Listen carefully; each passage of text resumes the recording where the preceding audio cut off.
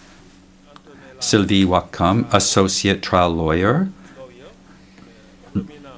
𝗏𝗏, and finally, James Miriti, our case manager. Thank you. Thank you very much, Mr. Prosecutor. Legal representatives of victims. Good morning, Madam President. Only one change on our team. We have one change, a defection actually. One of our team members could not be with us actually. Good morning, Your Honours. We are exactly the same composition today, and we are once again ably assisted and supported by our Filipino colleagues in the gallery. Merci beaucoup. Thank you very much. Now, Mr. Prosecutor, you may now address the court regarding submissions on the merits. It is Mr. Jeremy who will be giving this presentation. Thank you, Madam President. Your Honours, dear colleagues, my name is Edward Jeremy, and over the next 45 minutes or so, I will focus on some of the evidence that demonstrates Mr. Duterte's responsibility for the crimes charged in counts 2 and 3. My presentation will comprise two parts. Part 1 will focus on the crimes charged in count 2, and as you know, this count relates to the murders of 14 so-called high-value targets. And part 2 will focus on examples of crimes charged in count 3. And this count relates to murders and attempted murders of 45 victims in the course of barangay or neighborhood clearance operations. First, Your Honours, a brief introduction. As Mr. Nichols made clear yesterday, Mr. Duterte campaigned for the presidency that, on the basis that, if elected, he would implement his 𝗲𝗏 model of killing on a national scale. And once sworn in as President of the Philippines on the 30th of June 2016, this is exactly what he did. One insider witness explained what applying the 𝗲𝗏 model nationwide meant in practice, and this is tab 49. As we see on our screens, Evidence Channel 2, this witness stated, quote, "It means that he wants to apply how 𝗲𝗏 addresses the drug problem in a national scope, the whole country. It means that zero tolerance on drugs.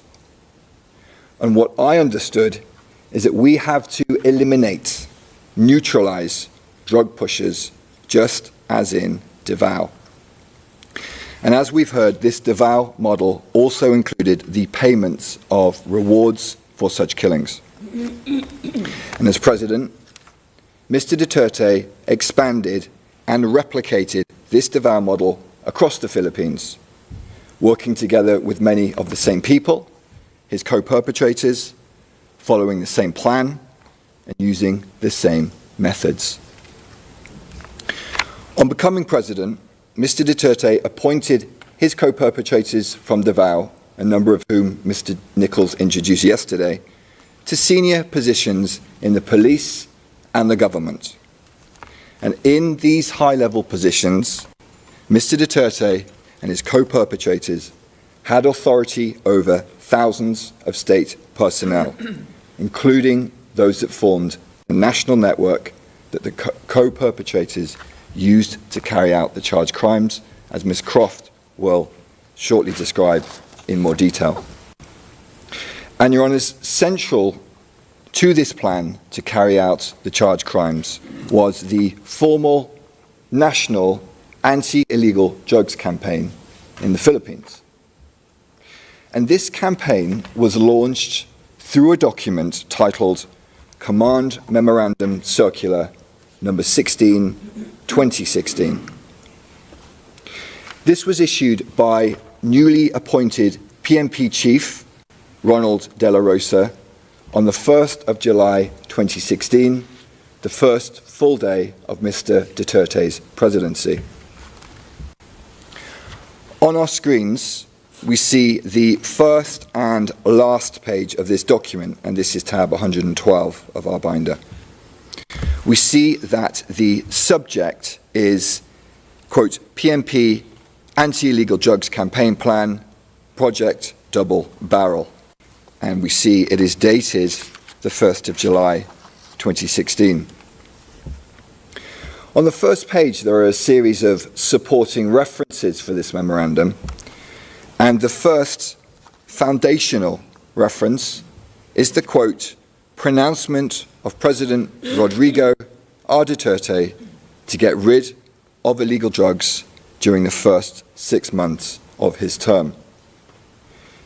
And yesterday we heard multiple examples of the violent nature of those pronouncements and speeches.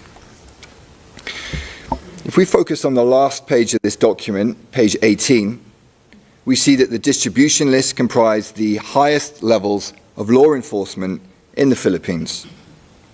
And on the right side, we see it signed by Ronald M. De La Rosa, Philippine National Police, the PNP.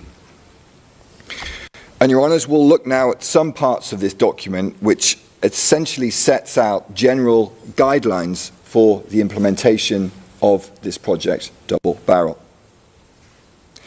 Focusing first on the execution of this project 𝗲𝗏,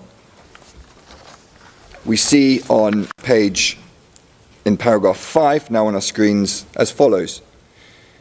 The PNP intends to equally address illegal drug problems in the barangays and at the same time pursue the neutralization of illegal drug personalities, as well as the backbone of illegal drugs network operating in the country. And Your Honours will note the use of this word neutralisation. While on its face, this word may be open to interpretation, insider witnesses provide evidence that within law enforcement within the Netherlands, within the Philippines, to neutralise meant to kill. And notably, one insider witness explained the significance of the use of this word neutralise in this command memorandum, and that's tab 54. And the witness stated as follows, quote, "They used the word neutralise to emphasise the kill order of President Duterte, because that is the promise of President Duterte even before the campaign." And Your Honours, the sprinkling of references to human rights in this document should be viewed in this context. Moving on to the concept of operations, this is set out on page 3 of this memorandum as follows, quote, "The PMP anti-illegal drugs campaign plan, Project Double Barrel, will be conducted in a two-pronged approach, namely Project 𝗂𝘂𝘁𝗄𝑗 and Project HVT. The first prong or barrel, Project 𝗂𝘂𝘁𝘁, focused on the clearance of the drug-affected barangays. And this relates to count 3, which I'll discuss shortly in the second part of my presentation. The second barrel, which relates to count 2, was Project HVT, or High Value Target, which I will focus on now. Turning to page 6 of this document, we read as follows. Project HVT is a massive and reinvigorated conduct of anti-illegal drugs operations targeting illegal drugs personalities and drug syndicates. And as Your Honours are aware, it was in the course of this Project HVT that the prosecution alleges the 14 victims of count 2 were murdered. And many of the high-value target victims of count 2 incidents were included in charts and lists that Mr. Duterte showed during public, often televised appearances and speeches. And just as he did in Davao, as president, Mr. Duterte publicly named persons he alleged were involved in drugs, and many of those would end up as victims in his so-called war on drugs. For example, on the 7th of August 2016, Mr. Duterte held a televised press conference in Davao City, during which he named 150 public officials who he claimed were involved in the drug trade. These included Albrera Mayor Rolando Espinosa and Osamis Mayor Reynaldo Parahinog, as well as various members of the Parahinog family. This speech is at tab 31, and we'll play 2 clips of that now.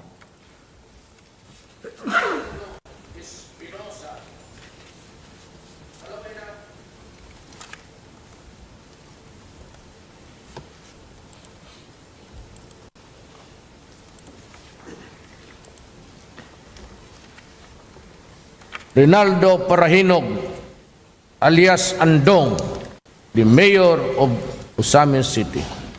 Nova Princess Parahinog Chavez used to be the wife of, I think, Colangco. Yung poster boy doon sa blandi-blandi pambuhok. Hindi naman, tisoy. Alam mo, baskin saya magpunta, abangan ko kayo. Kasi wala na ako sa presidency, habang may baril ako. Wherever you go, I will be waiting for you, even if I'm no longer president, as long as I have a gun. And indeed, as Your Honours are aware, Mr. Duterte did not need to wait long. On the 5th of November 2016, Mayor Espinosa was murdered. That's charged incident 13. Then, on the 30th of July 2017, Mayor 𝗵𝗂𝘁𝗄𝗏, together with a number of others, was also murdered. That's charged incident 14. And during the same speech that we just saw, Mr. Duterte emphasized his direct involvement in the preparation of this list as follows. The validation. I'm the one reading it, and I am the sole person responsible for this all. And this list was subsequently published by the media, who referred to it as the narco list, or as we see from the article on our screens, simply the Duterte list. And Your Honours, Mr. Duterte continued to flaunt his list of so-called high-value targets. Perhaps the most significant of these lists was the President Rodrigo Roa Duterte list, or the PRRD list for short, and that's at tab 48 of our list of materials. Your Honours, this was basically an Excel-style spreadsheet that listed persons alleged to be high-value targets. The slide now on our screen shows the first page of the PRRD list, which includes photos of various persons designated alleged to be high-value targets. And at the bottom of this list are a series of different tabs, some of which have been enlarged on our screens. And as we see, they include different regions of the Philippines, and within these tabs are lists of names and identifying information of persons alleged to be high-value targets. And the persons included in this PRRD list were also assigned different levels, as set out in our PCB, in our brief, paragraph 99. As we see from the slide now on our screens, these levels range from 1 to 5. At the lowest level 1, this included lower level government and police, as well as street level pushers. And at the highest level 5, this represented the highest value targets: drug wholesalers, financiers, and high-ranking police officers. And consistent with the 𝗲𝗏 model of killing, rewards were also paid when a high-value target was neutralized, meaning killed. And this evidence is set out at paragraphs 52 and 99 of our brief. And these rewards were not part of the regular PNP budget, but were provided by Mr. Duterte, who also publicly offered perpetrators rewards for killing. Your Honours, to sum up the significance of the PRRD list, I turn to the words of another insider witness, and this is tab 54. Quote, "This list was used by the police in their operations. And if you are in the list, you will be the subject for police operations. And most of the time, the people on the list are killed. So basically, the PRRD list is a dead list." And Mr. Duterte publicly paraded this PRRD list on multiple occasions. For example, during another televised speech on the 2nd of February 2017, tab 111, he stated the following. "This is the drug industry of the Philippines." And in this same speech, we'll shortly see Mr. Duterte holding another page of this PRRD list, reacting to criticisms based on human rights in relation to his so-called war on drugs. Tapos sabihin mo lang ako, takot-takutin mo ako ng human rights. Pakain ko ito, bunganga nila. And Your Honours, on this issue of human rights, as Mr. Nichols explained yesterday, during his speeches in 𝗲𝗏, Mr. Duterte well versed in the law, would occasionally seek to legitimize his encouragement of state violence by references to human rights and self-defense, and he continued to do so as president. For example, as we will see in the next clip, during a speech on the 20th of September 2016, which is at tab 130, he stated the following. Pagka bumunot, patayin mo. Pag hindi bumunot, patayin mo rin. Oh, tangin. Para matapos na. Kaysa mawala pa bro. Ako na ang bahala sa inyo.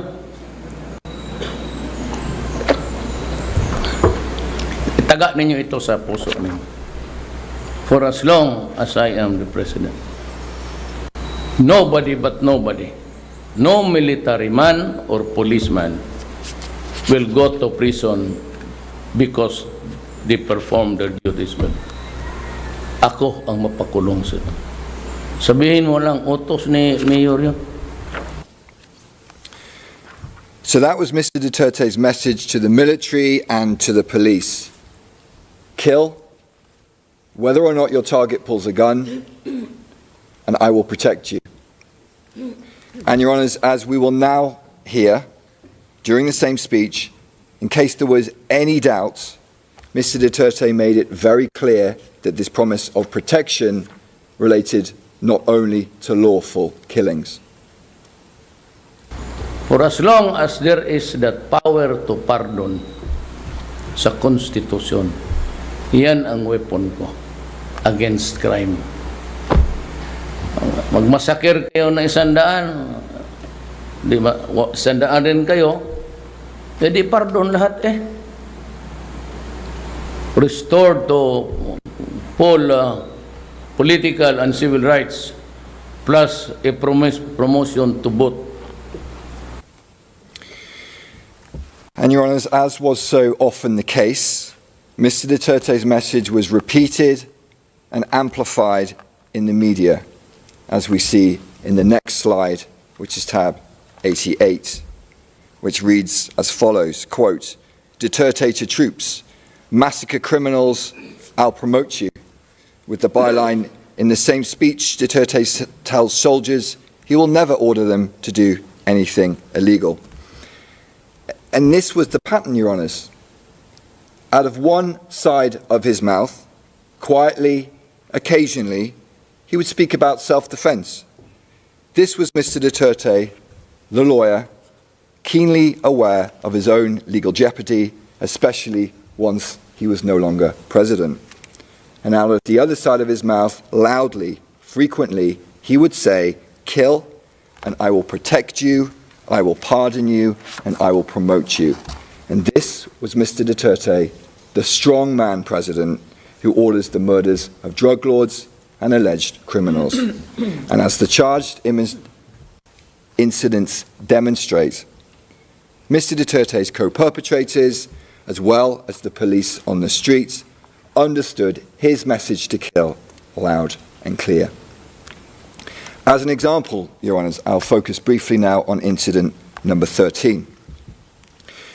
You'll recall that on assuming his presidency, Mr. Duterte publicly expressed his frustration with mayors who he alleged were involved in the drug trade, including Mayor Espinosa. On the 1st of August 2016, he gave Mayor Espinosa, then Mayor of Albuera, 24 hours to surrender to the police. And the following day, Mayor Espinosa did surrender to PMP Chief Ronald Bato de la Rosa. In a public speech on the 5th of August 2016, Mr. Duterte stated the following in reference to Mayor Espinosa's surrender, and this can be found at tab 129. Problema niya ay yung mayor ng Albuera. Mabuti, nakaabot siya doon kay Bato na pinahanap ko, shot on sight. Parang aso. Eh, ang tingin ko talaga sa inyo, kayo, parang aso.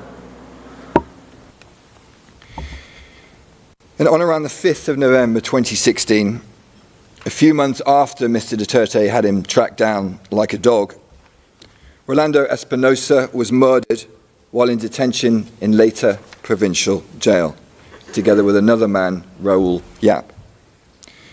According to the PNP's official narrative of this incident, there was a shootout between Espinosa and Yap and officers who attempted to serve search warrants on them while in prison. By contrast, the evidence demonstrates, as set out in paragraphs 107 to 110 of our brief, that these men were murdered in their prison cells in a coordinated operation involving various state agents. CCTV was disabled, guns were planted in their cells, rewards were paid. And as we see on the slide now on our screens, tab 48 of our list of materials, both Mr. Espinosa and Mr. Yap were included in the PRRD list, amongst other individuals whose names have been blurred by the prosecution. Rolando Espinosa in the upper row is recorded as a mayor and alleged to be a drug lord, indicated as level 4. And Raul Yap in the lower row is also alleged to be a drug lord, listed as level 3. The arrest of both men is noted, and this is shown on the right side. Then separately, it is noted that they were neutralized.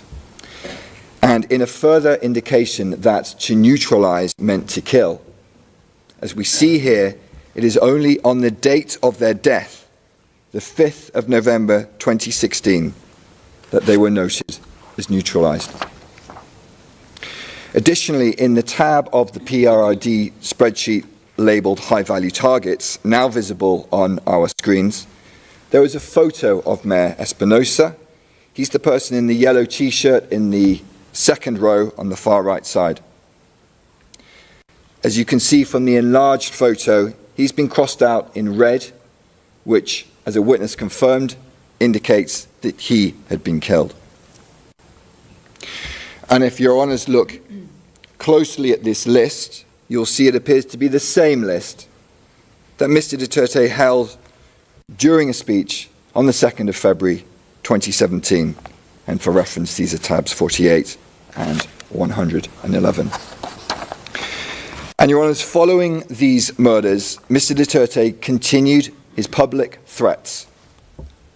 For example, on the 9th of February 2017, he stated publicly that mayors involved in illegal drugs should resign or face death. We'll play an extract of this speech, which is at tab 132 now. Tatawagin ko yung mga mayors, ilak ko, no, kami-kami lang. Sabihin ko talaga sa kanila. Ayun, ganun kakapal yung pinakita ko sa inyo. Hanapin mo yung pangalan mo dyan, mayor. Tangina, pag nandyan yung pangalan mo, may problema ka. Talagang papatayin kita. Mr. Duterte's message to the mayors could not be clearer. If your name is in my list, then I'll kill you. And in case anyone watching this speech has any doubt about his intentions, Mr. Duterte goes on to comment on extrajudicial killings. And as he does so, your honours will note the nonchalant, casual manner in which he draws his finger across his throat. Let's play the video. Wala akong ako talaga ang wala akong maipagyabang. Kaya ginadaan ko na lang sa extrajudicial killing. And in this opulent, gilded presentation room, the officials laugh along with their president while he boasts about his skills in extrajudicial killing. And outside, on the streets of the Philippines, the bodies pile up. The evidence from one data set shows that as at the date of this speech, 9th of January 2017, almost 1,500 people had been killed in Mr. Duterte's so-called war on drugs. And that's paragraph 73 of our brief. A few months later, in an April 2017 speech, which I won't play, but is a tab 134.2, Mr. Duterte called the deceased Espinosa a, quote, son of a bitch, and after citing multiple allegations of murders by the police, he said he would pardon and reinstate any convicted police officer with a, quote, promotion to ranks higher, end quote. Your Honours, I move now to the second part of my presentation, the murders and attempted murders committed during the barangay clearance operations. And these operations were covered by the first barrel of Project 𝗂𝘂𝘁, which we looked at earlier. We'll briefly return to this document, CMC 16/2016, and the overview of the two barrels. As the slide on our screen shows, the stated aim of Project 𝗂𝘂𝘁, just focusing on the first sentence, was, quote, accelerating the drive against illegal drugs in affected barangays, end quote. And in practice, Your Honours, this meant murdering some of the most vulnerable members of Filipino society. As witnesses stated, the poor were often targeted because they were the ones least likely to file complaints against the police. To quote one witness on our next slide, he stated, "It was said that the ones that we had to do the 𝗂𝘂𝘁 operation on had to be poor. Those who do not have the means to file a complaint or to complain." And similarly, another witness stated the following: "Based on what we've seen here in the Philippines, the people that were killed or could be killed were the poor, people with no means, simple people who were not able to file charges against them." Your Honours, Project 𝗂𝘂𝘁 operations were implemented across the Philippines in a number of ways, as set out in paragraph 75 of our brief. And these operations frequently followed the same modus operandi, as we also set out in paragraphs 33 and 114 of our brief, which was as follows. A target was identified, often through the use of lists, such as barangay lists or police station watch lists. The target was then murdered in a police operation. Weapons, drugs, and money, or a combination thereof, were then planted at the crime scene. And then the police reports were repeatedly falsified to legitimate the operations as acts of self-defense. And in this context, as witnesses explain, the police often used the term nanlaban, which translates to fighting back, to describe incidents in which they supposedly shot a victim in self-defense. And these reports were often almost identical. In essence, copy-paste reports in which victims were frequently blamed for their own deaths. And finally, unofficial rewards were paid.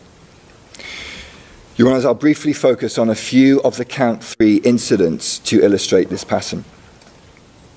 On the day of his inauguration, the 30th of June 2016, then President Duterte held a speech in Tondo, Manila, and he directly addressed the public present, including, as we will see, women and children. For reference, this is tab 127. Let's please play the clip.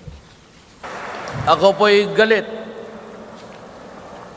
Pati yung mga pulis dito sa Maynila nakasabit sa droga. Ako po'y nakikiusap, wag ho kayong pumasok dyan kasi papatayin ko talaga kayo. As we see, Mr. Duterte's message was clear. Stay away from drugs, or I will kill you. And the killing in Tondo began almost immediately following this speech, as we set out in our brief, paragraphs 100 to 101. I'll focus now on, and Tondo is visible on our screens, I'll focus now on incident 23, which also took place in Tondo, on or about the night of the 4th to the 5th of October 2016.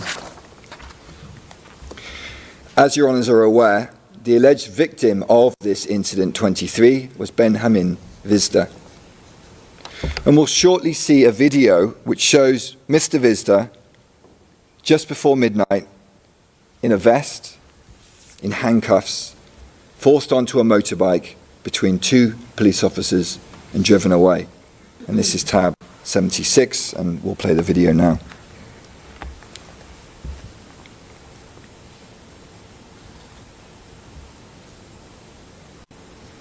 And we see now Mr. 𝗏𝗏 being forced onto the motorbike between the two police officers.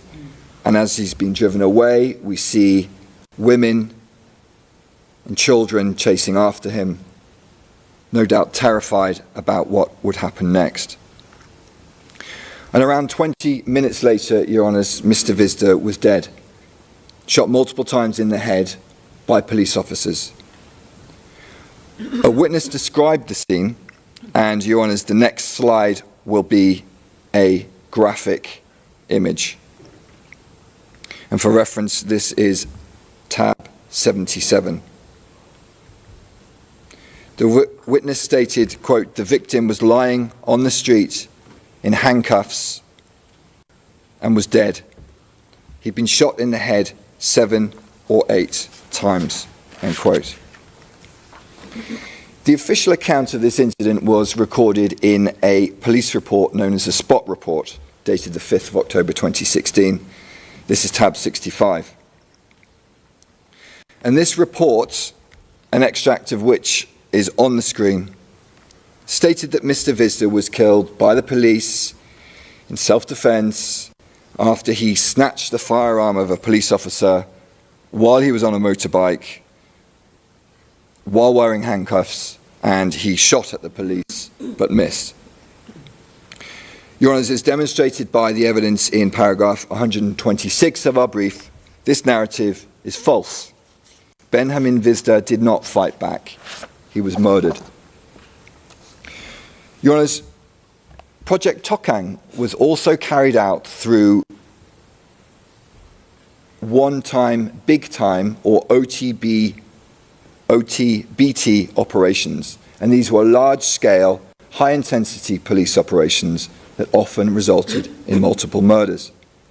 And one such operation took place in 𝗵𝗏𝗀𝗀, shown on our screens, between the 15th and the 16th of August 2017. In August 2017, the police made a press release regarding their recent operations, which noted that 32 people were killed by the police in simultaneous one-time, big-time operations from the 15th to the 16th of August 2017. This press release, which can be found at tab 108, is visible on our screens. In the headline, we read, quote, "32 killed, 107 arrested, as firearms, grenades, and numerous illegal drugs were seized in 𝗵𝗏𝗀𝗀 PMP simultaneous big-time operations." And focusing, Your Honours, on the paragraph at the bottom of the screen, we see that the deaths of these 32 people were recorded as, quote, "significant results," end quote, of the, quote, "intensified campaign against illegal drugs, otherwise known as Project 𝗏𝗏𝗏𝗀𝗏 Reloaded," end quote. And this was essentially a reinvigorated version of Project 𝗏𝗏𝗏𝗀𝗏, as set out in our brief footnote 37. And the press release goes on to name the 32 victims of this operation, which included 3 victims who are victims of charged incidents 28 and 29 in this case, who were murdered, consistent with the pattern of the other incidents in count 3, as set out in paragraphs 131 to 132 of our brief. Your Honours, 32 individuals killed by the police in 𝗵𝗏𝗀𝗀 in a 24-hour period. You would imagine this would be a major national incident. So how did Mr. Duterte react to this shocking news? Let's hear what he said, and for reference, this is tab 147.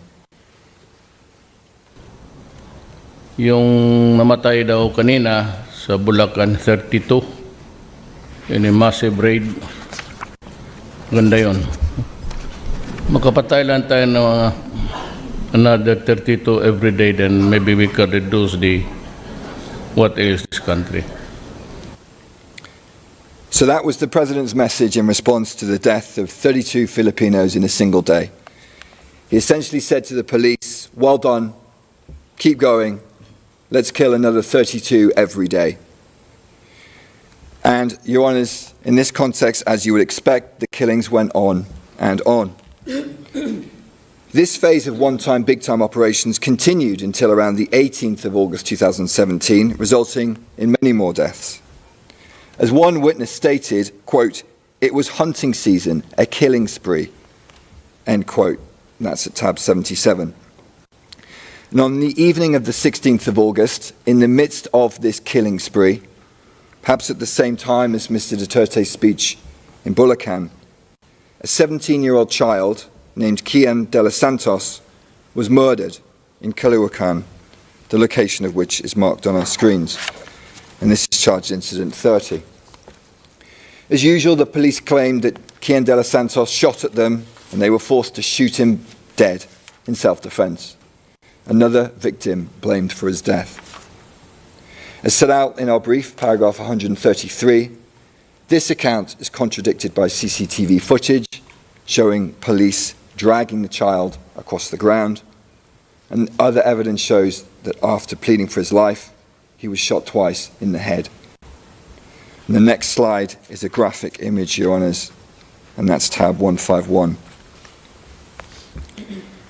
On our screens we see the tragic image of the body of the 17-year-old child, 𝗂𝘂𝘂𝘁𝗂𝗀𝗀𝗀𝗀. And as noted in our brief, paragraph 56, this brutal murder led to a massive public outcry across the Philippines. And in these circumstances, exceptionally, the direct perpetrators of these murders were prosecuted and they were imprisoned. And in the face of this public outcry, Mr. Duterte was forced to temporarily withdraw police from drug operations from the 10th of October to the 4th of December 2017. And this led to a reduction in the frequency of killings. In announcing this temporary withdrawal, Mr. Duterte sarcastically stated that he hoped that this would satisfy, quote, bleeding hearts and the media, end quote. And in this way, he publicly communicated that this was not a genuine effort to prevent crime, but rather a temporary attempt to placate public criticism. And less than 2 months later, Mr. Duterte decided to once again scale up operations. He ordered the PNP back into the campaign, and the killings once again intensified. And, Your Honours, regrettably, children continued to be the victims of these killings.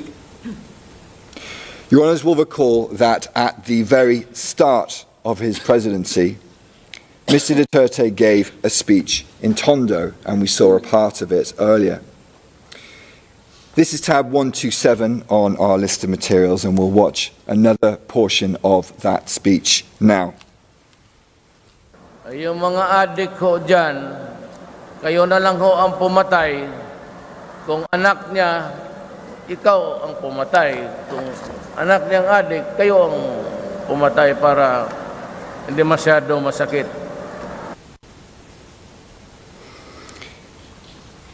If it's someone's child, be the killer yourself.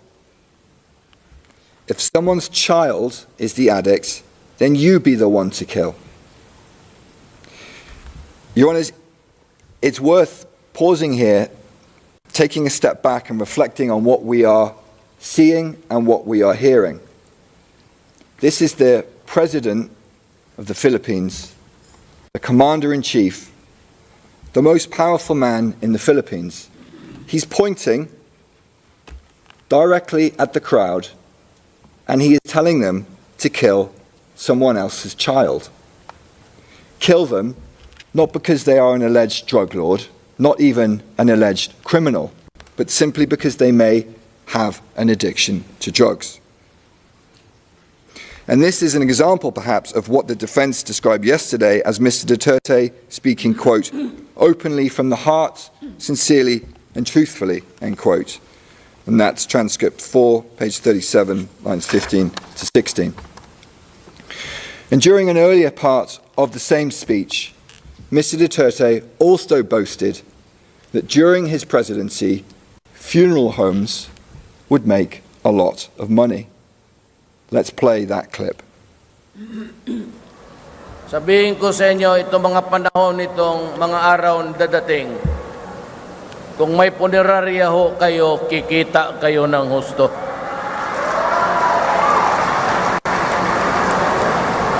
Tayo ko yung mga small time na punerarya dito, doon.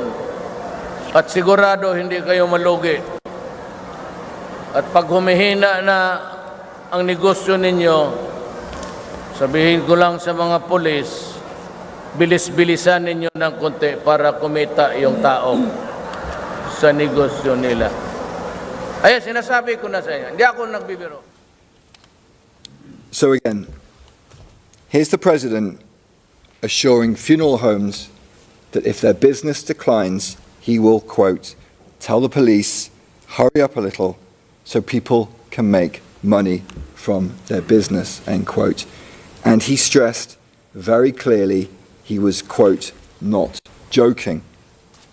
And as my friend said yesterday, transcript 4, page 30, lines 18 to 19, quote, for President Roddy, his word was his word, and the people knew it, end quote. In this context, to conclude, I'll focus briefly on incidents 38 and 45. As your honours know, in the course of these incidents, which occurred during 2018, on 2 separate occasions, the police detained a child aged around 14 or 15 years old. On each occasion, the police wrapped the child's head in packing tape so no one could hear them scream, and then strangled the child to death with wire. It's difficult to imagine a more terrifying end to 2 lives that had barely even begun. And these murdered children were then sold to funeral homes who profited from their bodies, as explained in paragraphs 142 and 150 of our brief. Your Honours, dead children, police ensuring that funeral homes made money. Mr. Duterte indeed was not joking. Thank you, Your Honours. This concludes my presentation. I now hand over to Ms. Croft. Merci beaucoup, Monsieur. Judge Motosh, thank you very much, Mr. Prosecutor, for your presentation. I think we are going to observe a break of 40 minutes up to 11:30 a.m. Thank you very much.